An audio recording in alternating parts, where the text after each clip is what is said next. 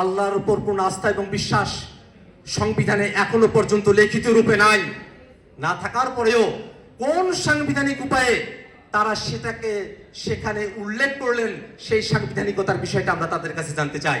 শেখ মুজিবুর রহমানের ছবি টানানো অথবা আল্লাহর উপর পূর্ণ আস্থা এবং বিশ্বাসকে ফিরিয়ে নিয়ে আসা, এটা ফর্মাল প্রসিডিং এর মধ্য দিয়ে সংবিধান সংশোধনী করে এগুলো ফিরিয়ে না আসলেও আমরা জানি 24-এর অভ্যুত্থানের মধ্য দিয়ে জনগণের যে অভিপ্রায়, সেই অভিপ্রায়ের মধ্য দিয়ে এই দুইটা বিষয়ে বাংলাদেশের জনগণ সিদ্ধান্ত নিয়েছে। আপনারা অর্ধেকটা মানবেন কেন? সাংবিধানিকতার দোহাইও দেবেন, আবার ফর্মাল প্রসিডিং যেটা আছে সেটাও আপনারা পরিপালন করবেন না। এমন ভাবে তো আপনারা সরকার পরিচালনা করতে পারবেন না যে প্যান্ডোরার বক্স আপনারা খুলেছেন, সেই প্যান্ডোরার বক্স এমন ভাবে খুলতে থাকবে। আজকে কোর্টে যেমন প্রশ্ন উঠেছে জুলাই সনদ আর গণভোট নিয়ে, প্রধানমন্ত্রী তারেক রহমান তার প্রধানমন্ত্রিত্ব নিয়েও ওই একই গ্রাউন্ডে প্রশ্ন উঠবে। অতএব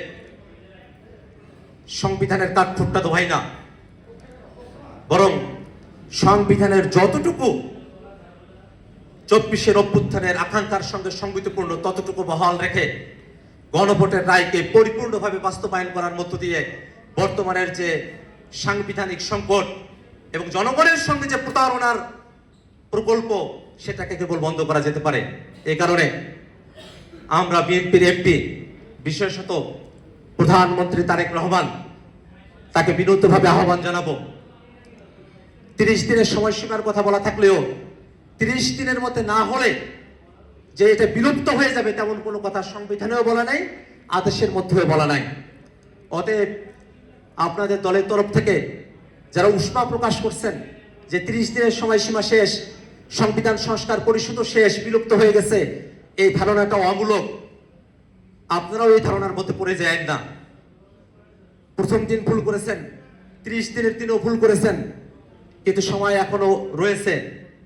এই সংসদটা যেহেতু 5 বছর চলবে, আমরা চাই সংসদের মধ্যেই সংবিধান সংস্কার পরিষদের বিষয়ে একটা ফয়সালায় আপনারা আসবেন। আর যদি সংসদের ভিতরে আপনারা ফয়সালায় না আসেন, বাংলাদেশের জনগণ তারা রাজপথে কিভাবে আন্দোলন করতে হয়, রাজপথের মধ্য দিয়ে কিভাবে জনগণের দাবিকে বাস্তবায়ন করতে হয়, সেটা বাংলাদেশের জনগণ খুব ভালো করেই রপ্ত করেছে। এবং যে প্রজন্ম হাসিনার জুলুম শাহীকে বাংলাদেশ থেকে পরাস্ত করেছিল, তারা কিন্তু জীবনের ভয় করে না। সংসদের মধ্যে আমরা কথা বলবো, আমরা রাজপথেও কথা বলবো, কিন্তু জুলাই সনদের পরিপূর্ণ বাস্তবায়ন, গণভোটের পরিপূর্ণ বাস্তবায়ন অবশ্যই আমরা এই বাংলাদেশে নিশ্চিত করবো ইনশাআল্লাহ।